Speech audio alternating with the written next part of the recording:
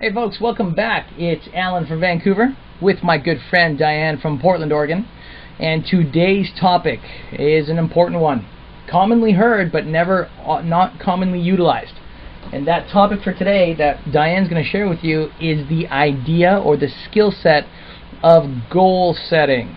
Now I know, you might be saying, oh God, heard it before, been there, done that, buddy. Doesn't work, Alan. We all heard that. Dianne, I'm sure you felt that way at one point or another too, right? Right.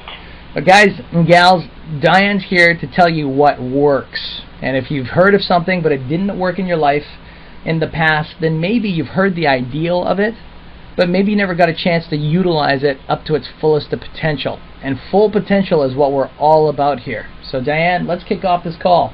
Tell us, goal setting to what everybody knows compared to what you know about goal setting.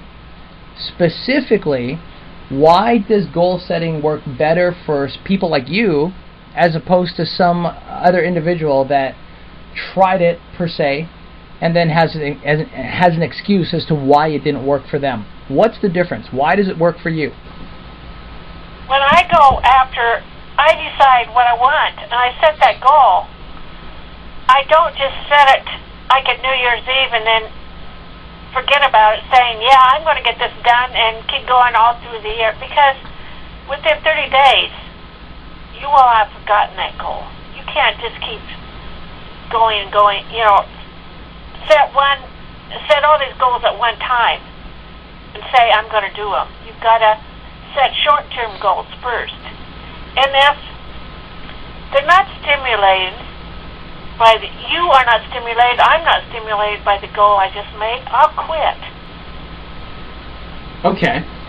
So what you're saying is that the goals that you pick are stimulated goals that stimulate you per se. Now when you say stimulate, like what's another way of putting that for those that are kind of looking at us going, okay, stimulate, I don't get it. What exactly do you mean by that? When I'm saying, this is a goal that's something I am really going to get it. It's really going to change my life. Something that I really want to do. Like, you want to lose weight. You really set a complete goal, something that you are worthy of, that's worthy of you. Then that is what you're going to get out of it. Stimulated. It's something that will turn you on. If you make that goal and it doesn't stimulate you, really will. It will die. Gotcha. So folks, first rule about utilizing goal setting, don't pick goals that you know you can accomplish, because that's boring. Your brain won't go after it. Go after goals that you probably would get really excited about, but at the same time, what she's saying is pick goals that you have no idea on how to accomplish right away.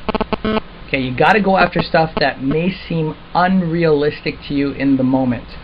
And one of the reasons why, just to fill in real quick, as Dianne would have mentioned to you anyway, is the fact that unrealistic goals are the best ones to go after in the beginning, because if it seems unrealistic to you in the moment, it just means that you haven't had a chance to go after something larger than what you have gone after in the past. For guys like Tony Robbins, it was very unrealistic for him to make $100,000 a day. Yet now, you fast forward between his age of 17 years old, when he could barely make enough money to pay rent, to now, being in his mid-40s, the guy generates over $100,000 an hour working. Forget a day, right? He's made as much as $400 million in a single 24-hour period. That's his reality. Jim Rohn, same thing. When he was in his mid-20s, right? Dianne, you remember the fortune cookie story, right? Or the cookie story, right? Yes. Yeah. 25 years old, broke, working full-time, could not even afford $2 to pay for a box of cookies from the Girl Scout, right? Yes. Yet now you fast forward into his life in his 70s, the guy generates more money than, I believe, even Tony Robbins. And that's a lot of money, right? His reality now is that he expects no less than several $1 million per month, and anything less than that is outside of his reality. But it didn't start off that way. It started off with him expecting to create a result that he did not know how to go after, and then his belief that he could go after it created the reality around him that he had doorways that he could enter to start making that goal happen. Now for yourself, Dianne, how do you get started in selecting a goal? What's the first thing that you do when you say, okay, it's time for me to create a new set of goals? What's the first thing that pops in your mind when you think that thought?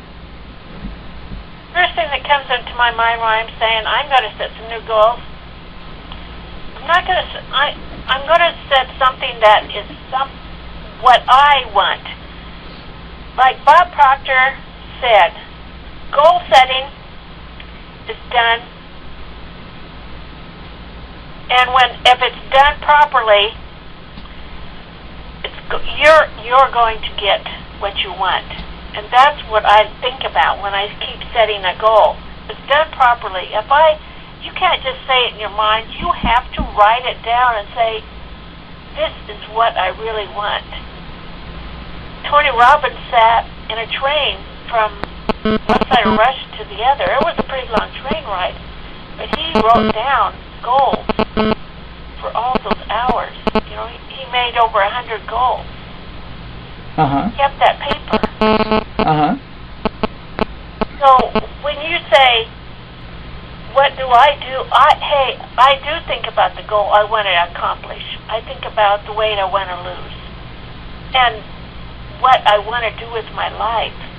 I write it down. I just don't think about it and keep it in the back of my mind.